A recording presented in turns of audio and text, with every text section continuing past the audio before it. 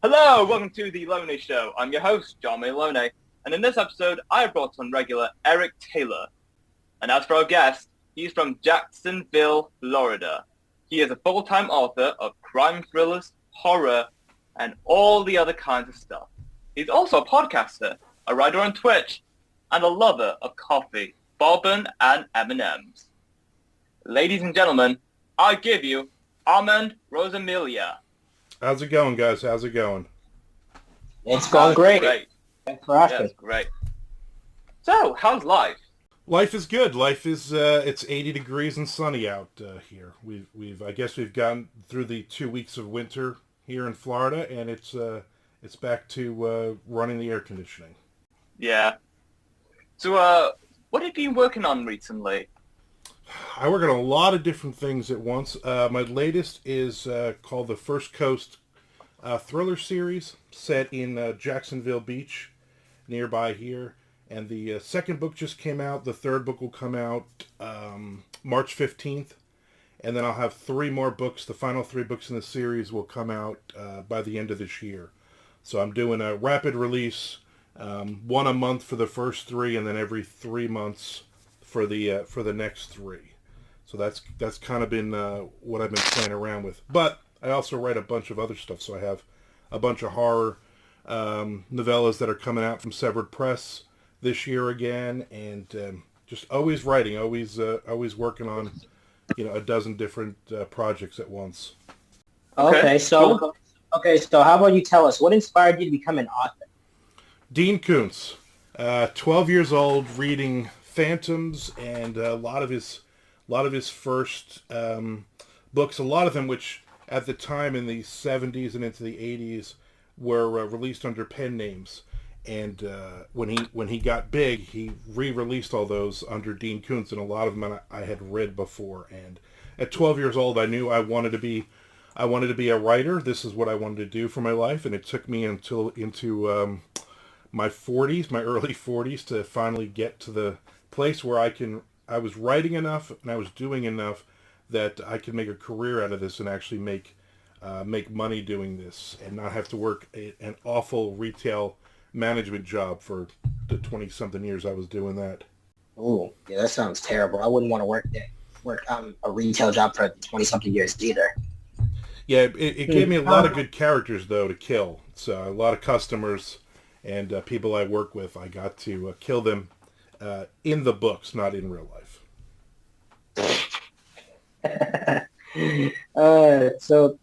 What was so bad about the customers that you killed in the books and not in real life? They're just, retail would be great without the customers. Like I would love to have made a salary, but like thrown stock all day. I would have even enjoyed the paperwork of it. It's just awful people. I mean, a lot of people say, where do you get your ideas from? That, you always get that. And I always joke and I always say, go to Walmart for like 20 minutes and wander around. And there's so many crazy, weird people. I mean, half of the horror movies are probably written about people that are wandering around Walmart in their slippers and their pajamas. So, people are crazy. People are weird, and retail just, they act like they own you sometimes because you're behind the counter and they're screaming, yelling, and I was not a manager that had a lot of fun doing it, but I really did enjoy throwing people out or calling the cops on people. That was like a highlight of my days. Just throwing them out and calling the cops. Yep. Yeah, and I'm not gonna lie. If I was in a Walmart, I'd probably be in my pajamas and slippers too. Yeah. I don't know. It's like, yeah. Isn't that the joke though? I mean, you go there like, oh, there was a meme that said, oh, great, now I got to go home and get dressed because they didn't have it at Walmart. I got to go to Target. Like that's it's that attitude of customers. I worked in I won't say where I worked, but I worked in a chain of stores that had the word dollar in it. I won't tell you which one, but it was like that Walmart Plus customer that would come in their pajamas and stuff and argue with you over, items that, well, I saw this at the other place for this, but well, then go there, Yeah, I don't know why people would do that. Yet they do. What is the best pair of shoes you've ever owned? I am an old man, and I have the same Nike Air Monarchs in all black. I've worn this same style for like, I don't know, like 15 years, 20 years. I used to sell shoes. When I first started, I managed shoe stores and stuff, and I tried everything.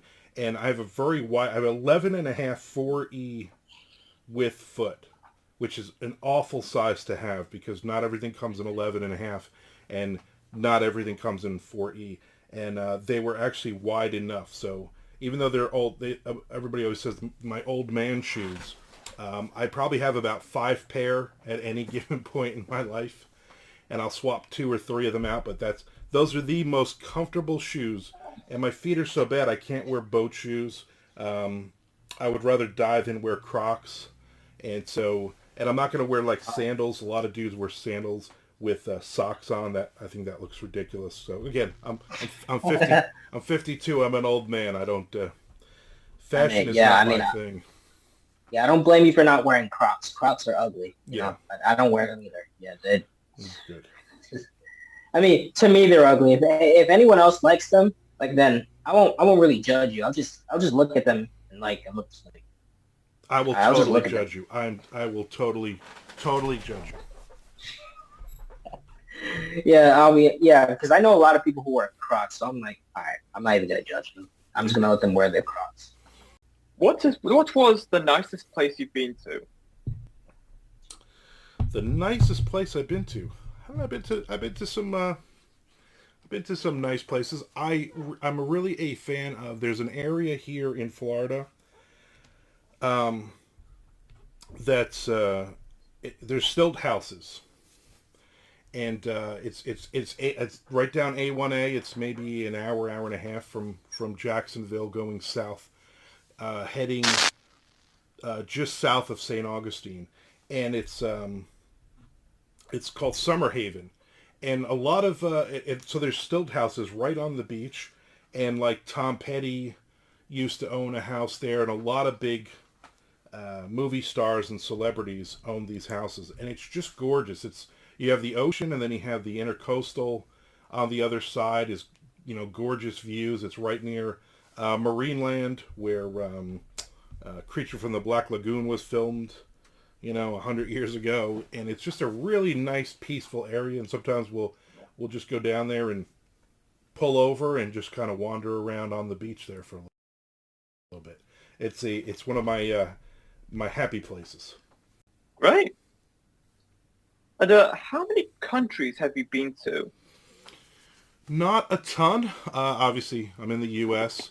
When I was in my 20s, in the mid-90s, I was a manager of heavy metal bands from New Jersey. I'm originally from New Jersey. And we did with a couple bands, we did a tour.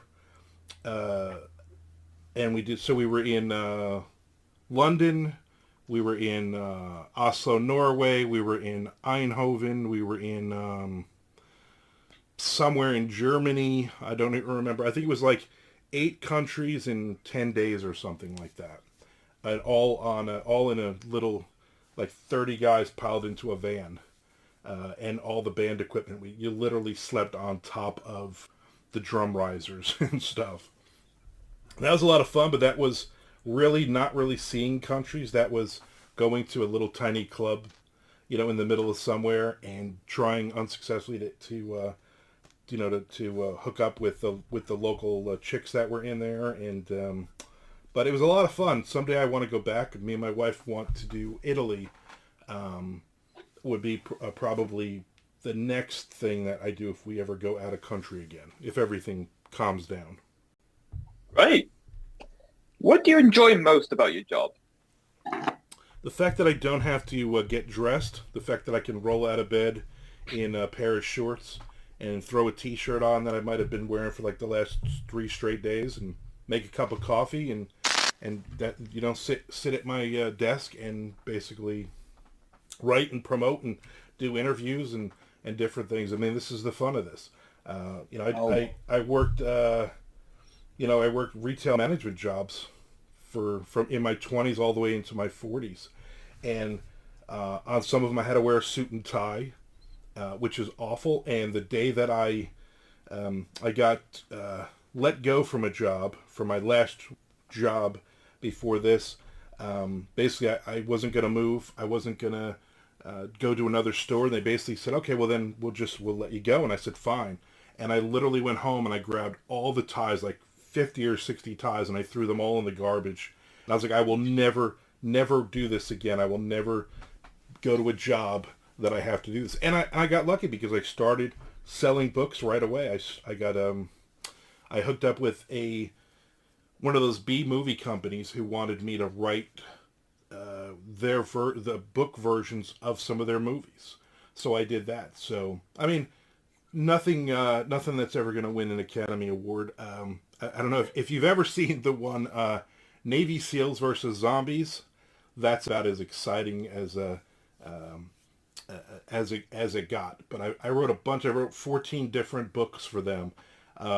And I made a really, really good money. Paid off all my debts, paid off my car, paid off everything, took care of my kids, and didn't, haven't looked back since. So that was kind of for me, that was the start, and that was in 2010. So it's been this would be my 12th year of being a full-time author. Excellent. Wow. Yeah, that's really good, and I would say it's definitely the dream for me to be able to roll out of bed and not get dressed for anything. I don't want to do that. I mean, I don't want to do that already. Like sometimes, like with my current job right now, sometimes I literally just go in my pajamas. Like I don't change my pajama pants or anything. I just put some shoes on and I go. But it's all right because I work outside, so they won't say anything. Yeah, well, that's good. Yeah, literally once every couple of weeks, like my wife said to me this morning on her way to work, she said, take a shower today and put on actual shorts because you're taking me to dinner. We're going for tacos tonight. Or otherwise I won't leave the house. Like I'll stay in the house for 2 and 3 weeks, and then I start to get really bitchy, and then she yells at me and she's like, you got to get out of the house. And she's right, because I'll go and I'll people watch and I'll come up with more characters for like more of like future stories, Oh, well, yeah. Me, I could probably stay in the house for weeks on end. I'd still be happy as long as I have food and entertainment. And yeah, I'm pretty much happy with that. Me too. Yeah, I enjoy it, but I also get to that point after, say, 2 weeks of being in the house, and she's the only actual person I've talked to except for people online. Then I start to get a little bit cranky, and she's like, Put some clothes on today. Where you're taking me to dinner, and I'm like, all right, that's fine. I can always go for tacos. Yeah. What's your biggest fear? My biggest fear is easily going back to retail management. To wake up one day and go, you know what? I'm not selling any books. I can't make a living out of this. I'm not doing this, and I have to go out and get a quote unquote real job. That's the fear that literally puts my ass in the seat every day to finish a story and go to the next one, go to the next one, and go to the next one. Is I don't want to ever go back to that place. I don't want to be miserable. I don't want to ever work at a job again that I'm not happy. I used to work 80 hours a week, 6 days a week in retail and hated it. And now I'm working 7 days a week and probably 100 hours a week, and I love every second of it because I'm living my dream. I'm doing what I've wanted to do since I was 12 years old. Okay. Hey, yeah. Hey, I'd probably hate it too if I had to work a job that I didn't like 6 days out of the week. Yeah, I'd probably hate it too. It really Actually, crushes you. It crushes your spirit. I don't care what you do something that you like. My dad told me that when we were very little and I didn't understand it. He loved his job growing up. My dad went to Vietnam and came out of Vietnam in 1970s and worked for the phone company in New Jersey for 30 years and retired at 50. And he loved every day of it. He loved his job, and he always said, find a job, find something, a passion, find something that you like, and work it, and you'll never complain, you'll never feel like your life isn't worth it. And I did that for so long. And it was that really great kick of, you know what, I'm going to kind of look for another job, but I really don't. I'm like 40. I think I was like 40 years old at that point. I'm like, I don't want to do this anymore. I don't want to do retail anymore. I don't want to deal with this. So I'm really going to work the books. I have all these stories that are written. I need to, get really serious, spend the money and do all this. And, it's obviously it's working out so far. Yeah. Yeah, of course. I like it. Yeah. Me too. What is the one thing you can't live without? Coffee. I am miserable about 45 minutes after I wake up if I don't have a cup of coffee. And my wife knows if we're going on a trip, she's like, all right, so lucky for us, it's like South Georgia, even though we're in Florida, because we're like 20 minutes from the border of Georgia. And on exit 3, which is like 20 minutes from the house, there's a Dunkin' Donuts. So that's if we're going north, that's our first stop. And she knows I roll out of bed, I get dressed, take a shower, whatever, and we're already packed for the night before. And we're in the car, and the time's ticking. I got to get my cup of coffee, or I am unbearable. I start getting a headache. I start acting like I'm 5, and I'm like throwing little tantrums and stuff.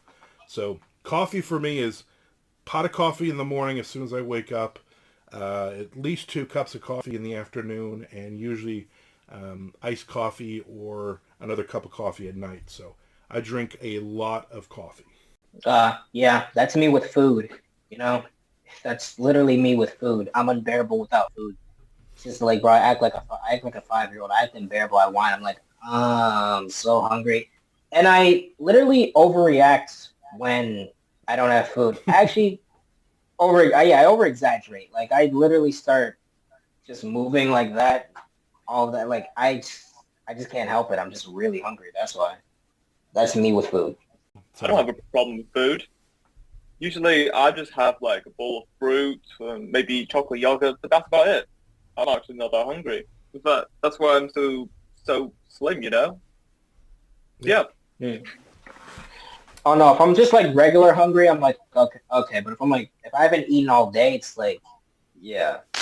My problem is I have a filing cabinet, and it's literally filled with probably about 30 bags of M&Ms and Kit Kats and stuff. So I'm constantly eating chocolate all day and drinking coffee.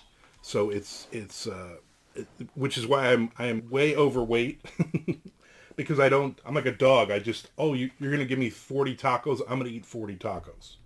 I'm going to put every bite down. So my wife has learned to portion control all of our meals now, because if she makes like 2 pounds of pasta, I'm eating 2 pounds of pasta. So she even tries to like she'll hide the candy in the house, but then I usually find it and I'll put it in my I'll put it in my office. Wow. Well, I'll be honest. When it comes to that, I try to at least drink water. If I'm eating something unhealthy, it's like the least I can do is cleanse the inside of my body with some water. Like I'm not going to drink soda or juice or anything like that. Yeah. I drink a lot of water. I do not like the taste of just plain water. So I always get like, we always buy bottled water with lemon. It's got to have like a splash of lemon in it for me. And I'll drink 5 or 6 of those in between cups of coffee all day. But again, I'm eating, 5,000 calories worth of crap along with it is the problem. Yeah. Oh yeah, that's true. Yeah, that's true. It's like if you could. I don't know. Sorry. Oh, that's also probably why I don't gain that much weight. I mean, I gain a little bit of weight, but it's like. Yeah, wait till you're in your 50s. That catches up to you. When I was your age, I ate everything in sight and I was fine. All of a sudden, I'm like 45 or something, and every bite, every M&M is immediately I gain like 3 pounds. I try not to. You got to stay active. Oh yeah. Well, yeah, I try not to really eat everything that's in sight, or at least I'm trying not to, because it's like I don't know. It's like I feel like crap whenever I eat a lot of food after, and I just lay down. I'm just like, okay, I feel terrible. I'm just gonna lay down, Yeah. pretty much. If you could erase one past experience, what would it be? So this is my third marriage, and I would love to erase the first one. I was very young. I was just turned 21, and we were awful for each other. I mean, we were both just mean to one another, and it was a dumb move. So that would probably be, if the one thing I could change, it would probably be marrying her, and she would probably agree as well. The second one, at least I got kids out of it. So I got 3 kids out of it. So I guess I really don't want to erase that one. That would probably be mean for my kids not being born. But that would be the one. And it isn't like it was this awful knockdown, drag out. We beat the crap out of each other. People went to prison or anything over. It's just we're not compatible. We were actually only married for like 11 months, and but that was one of those things looking back. Although I've killed her in like, I don't know, a dozen stories over the years too. So I guess she's made me money as well. So Okay. What's the most disturbing fantasy or dream you had? the most disturbing. You know, in actual dreams or nightmares, most of them I cannot remember. Most of that stuff is, they say your dreams are you're working through stuff and all that. I don't have many of those. I don't have many dreams that I wake up and know. There's one dream I had years ago about a guy I was working with at the time, Ray, and I dreamed that him and his wife owned a house at the edge of a cliff, and he started building stairs down to the ocean. And it was like a fully formed dream. He started stealing bricks, and he had this long path to the stairs leading down and everything, and nobody knew what he was doing. And then one night when it was raining, it was a really, really bad storm. These like Lovecraftian monsters came up the steps and attacked him and his wife in the house. And I was not in the dream at all. I was like just an observer just watching this. And I woke up like, holy crap, let me write this down. And I actually was like 2 hours late from work because I wrote all of that out. And it ended up becoming one of my short stories that I ended up selling in the future. And actually, there's still a movie company that has a flyer on it to perhaps do a movie at some point. Impressive. Yeah. So I think you kind of answered my question a little bit. But I was gonna say, have you ever wrote a book based on a dream? Yeah, you kind of answered that question. So, yeah. Yeah. I remember there was this one dream I had. There was this girl at my college. We were friends, but now it's a bit shaky, whatever. But anyway, I had this dream. I was talking with her in the middle of a show. At first, she was a bit grouchy, a bit petty, whatever. Just like, Mm-hmm. But anyway, Okay. but a few minutes on, she approached me. She took my hand and placed them on her breast, and I was like, "What are you doing?" Yeah, it's got awkward real fast, and it was that moment I had to wake up because I was like, "What the fuck? What just happened?" So yeah, that was most certainly disturbing for me. I don't think I would ever recover from that. I mean, was it a girl? Was it a girl that you didn't like at all? Hello? Hello. I think Eric asked you a Oh, yeah. question. Oh. Oh, you're still there. Wait. So was this just a? Oh, sorry. Was this just a dream girl, or was this a real girl that you just didn't like at all? Hello. I can hear you. Are you still there? Or are you still trying to think of an answer? Huh? I'm asking Armand. Eric was asking you about the girl. Yeah, I was asking you, dummy. Me? Yeah, you. Oh, I'm sorry. I'm sorry. I've lost my mind there for a sec. Oh no, it's all right. I was saying, so is this girl like a real girl, like that you went to school before, that you went to school with, or Yeah, was this just a dream yeah. girl? This was a girl that I went to college with, and she's still at this college to this day. I've already left that college, but yeah. The last time I remember, she's going out with this other lad who I'm very close mates with, and honestly, I'm happy for them. As long as people don't bring me and her up again, should be just fine. Yeah, All right. yeah. My brain is fried today. I don't know what's getting to me. Mm. So, Armand, what is the biggest mistake you've ever made? I made a lot of mistakes, but you learn from them, especially in publishing.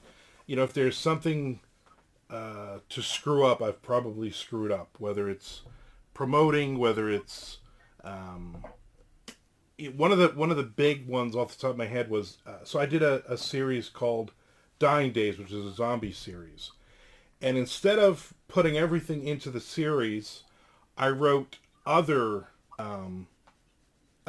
side project books of it, and it got very confusing for the readers. So there's a 9-book series, but then there's like 7 or 8 other books that are set in that world, but not in that series. And if I was smart, I would have made just like, say, 15 books of that one series, because it's very confusing. And so I'm aware of that now, but I think I left a lot of money on the table over the last, 10 years, 11 years since those books started coming out. That's an obvious one. Throwing away a lot of money on advertising and doing the ads wrong. There's a million things. Unfortunately, again, if there was something stupid, I've probably done it. But I've learned from it, because I won't do it again. And like on my podcast, it's about writing and publishing, and we basically show our warts. We tell people what we've done wrong in the past, what you should be doing, or hopefully, don't make the same dumbass mistakes that we've made. Okay, great. Of course. We all make mistakes. We all learn from them. And we all move on from it, too. I like that. That's the goal. Yes, exactly. And that's all we have for this episode. It was great having you here, Armand. Yeah, it was fun, guys. Yeah, it was great. Yeah. Appreciate the invite, and check out my books, ArmandRosamilia.com. And I'm on Amazon. Everything I have is on Amazon. Check that out as well. Great. Yeah. Can't wait to We'll check make sure stuff out. Yeah, we'll make sure to do that. Thank you, guys. I appreciate it. You're welcome. Anytime. And until next time, stay tuned.